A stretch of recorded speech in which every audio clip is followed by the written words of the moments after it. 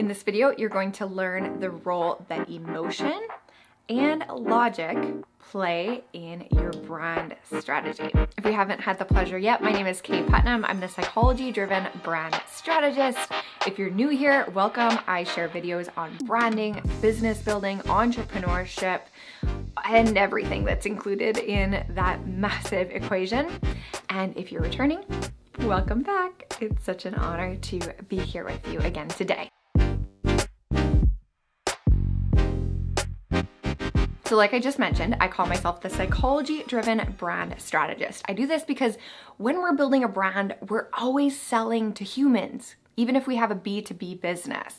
So we need to understand how humans make decisions.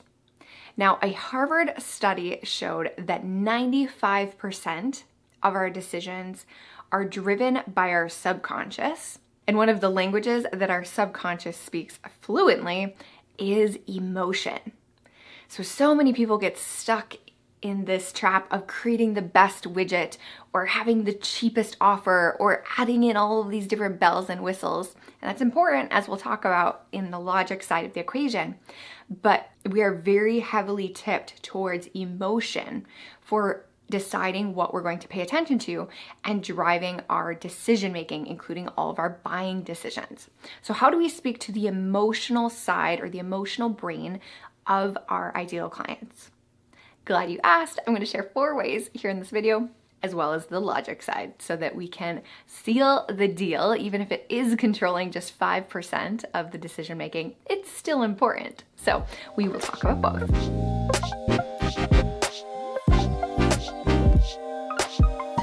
The first part that elicits that emotional response from our ideal clients is by acknowledging the pain that they may be feeling or experiencing in their life, or the pleasure that they desire in their life. Throughout our life, we're in this constant back and forth where we're trying to move away from pain and towards pleasure. And your brand can speak both of those languages. Now, we don't want to manipulate people or like stick a knife in and twist it to remind them. The reality is humans do find more motivation. They take more action when they are moving away from pain or they're avoiding loss. So we need to acknowledge in a kind of a matter-of-fact way in our marketing language within our brand communication what that pain is that we can solve for our ideal clients. For me, it's the pain of uncertainty or feeling like you're spinning your wheels and not really making progress, or being stuck in this identity crisis where you know that you're capable of incredible work and you know that you can help so many more people if they just knew about you, but you don't have a clear message. You don't know what your story is. The work that I do as a brand strategist helps remove that pain from people's lives. So what is the pain that your product or service is removing from your people's lives? And likewise, what is the pleasure? The pleasure in my brand is having a profitable business or working with people that just light you up, that you're excited to work with. So whenever I am selling a product or asking people to take action, I will always include some of those pain points and some of those pleasure points to help speak to that emotional side of my ideal client.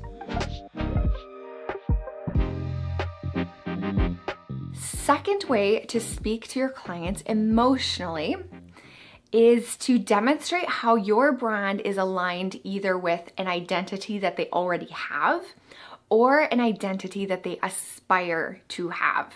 So there's a whole suite of products in the luxury sector, Rolex watches, Lambos, what have you, that people buy because either they're already wealthy and rich and they want to have this bag or this car that demonstrates that to other people, or they desire to be rich and to be seen that way for people. And that's not the only identity. So start to think about what is the identity of your ideal client now, and perhaps what do they want to change or improve about their life. For entrepreneurs, for my ideal clients, the identity is a successful and aligned business owner. So doing work that is earning them money. So it's not just a hobby, it's contributing to their family, but at the same time, and this is a really important crossroads for me, is that those people, they want to be doing the work that is their unique genius and that has impact in a way that is really meaningful and important to them. So that intersection of meaning and money is the identity that my ideal clients are either at right now or they're aspiring to get there.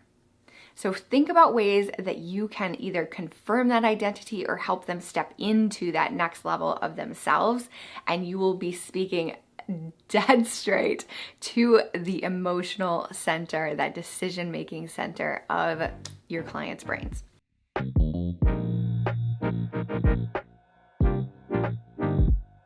Number 3 is to surprise and delight your ideal clients. Whenever we can just literally create emotion in the marketing messages, in the brand messaging that we're sharing with people, that sparks some kind of emotion, right? Maybe it's wonder, surprise, or in some cases, our more controversial brands, maybe it's even like disgust or anger. All of these things aren't what your client is expecting. So it creates an emotional response, right? So we can do things like include really cute puppies or babies in our marketing messages if we want to tickle some of those emotional centers. Or we can just do something kind of weird and off the wall to create that a little bit of that surprise and delight. Or even just like sending a gift or some type of free sample or free piece of content can surprise and delight our ideal client, and again, light up those pleasure centers in the brain so that they are more likely to make a purchase from our brand. And then element number 4 that adds more of this emotional resonance to your brand is to tell stories about singular humans. So tell that story about your Aunt Mildred, or about how you lost your job, or you decided to start your business. Tell stories about individual people. Love them or hate them. The news, like watching the news on TV or on the online interwebs, knows this. So whenever they're trying to really galvanize people around a specific issue, they'll tell the story about one single human or one single family that's being affected by whatever the overarching situation is. And they do this because it speaks to our emotional sides. And if you do this in your brand, it's going to work really, really well. So it's not just the fact that you've worked with hundreds of clients or have thousands of customers. Tell individual stories about some of your best clients or customers, and it'll create this very emotional response. So there you have it, 4 ways to turn up the emotion in your brand so people are more likely to pay attention and to buy from you. And then last but not least, let's talk about 4 ways that you can add a little bit more of this logic so that your ideal clients or customers can back up the decision that they already made on the emotional side. Because that's how we do that. We pay attention with our emotion, with what our subconscious filters in as relevant to us. And then at the end of that process, right before we're going to click that buy button or submit button after we put our credit card information in, then we just want to make sure that we're making a smart decision. So our brain starts looking for the actual logical details that we can communicate to our spouse or to ourselves about why this purchase is such a good deal for us. So the first one is to include research or statistics or numbers that prove your point. Maybe it's 100% vegan and organic and GMO free, whatever you're selling. Or maybe there have been multiple scientific studies that prove that meditation will make every aspect of your life better, and you can point to those. Maybe a scientist or a celebrity has endorsed whatever you're selling. Even if it wasn't you specifically, they've endorsed your industry or your type of product. All of these are trusted third-party pieces that show that people should believe you, that they should trust you. Second is what your product or even your service is actually made of. So what are the literal materials that make up your product, particularly if you're a physical product? Does it have like a specific composition? There's this really great probiotic called Seed that I purchase from time to time, and they have this like double capsule structure that helps the probiotics get down into your stomach and not get eaten by your stomach acid, essentially. So things like that give us something to hold on to. Or maybe your product is made with like 100% renewable, eco-friendly bamboo or something like that.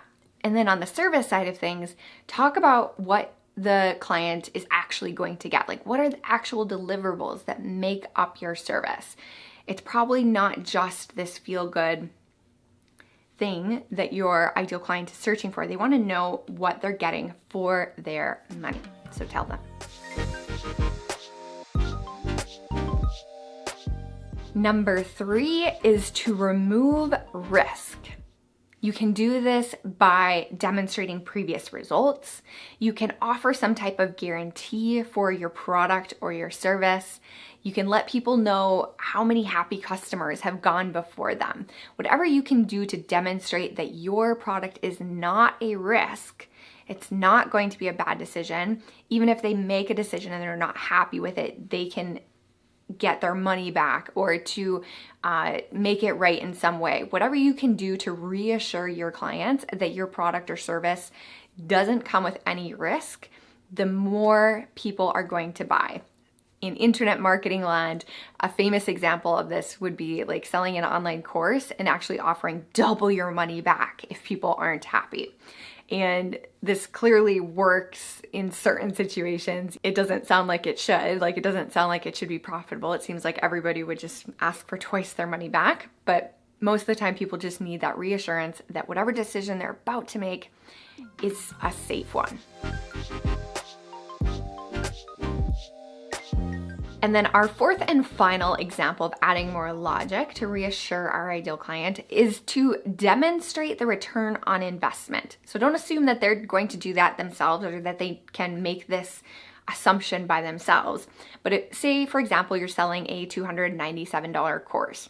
Demonstrate how that course could potentially make them $1,000 or $2,000 or $10,000 in the future.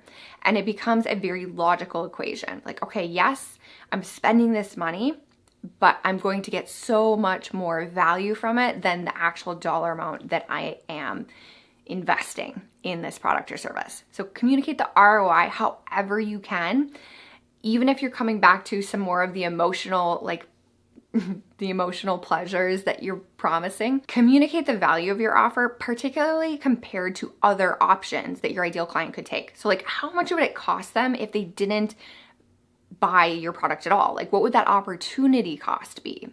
Or what if they went and hired, say, like a one-on-one consultant when you're selling them a course? Or if you're selling them an online course, what would it cost for them to go to a university and learn the same material? Chances are you can make comparisons either in substitute offers, competitor offers, or with the return on investment that is possible when somebody invests in your product or service. So there you have it, 4 emotional ways and 4 logical ways that you can increase people's trust and willingness to buy into your brand. I hope this was helpful. If you are going to implement anything into your brand, I would love if you gave me a thumbs up here on YouTube. Hit subscribe if you haven't already, and let me know in the comments, which one of these are you going to use in your brand and business to earn more sales? All right, guys, I'll see you next time.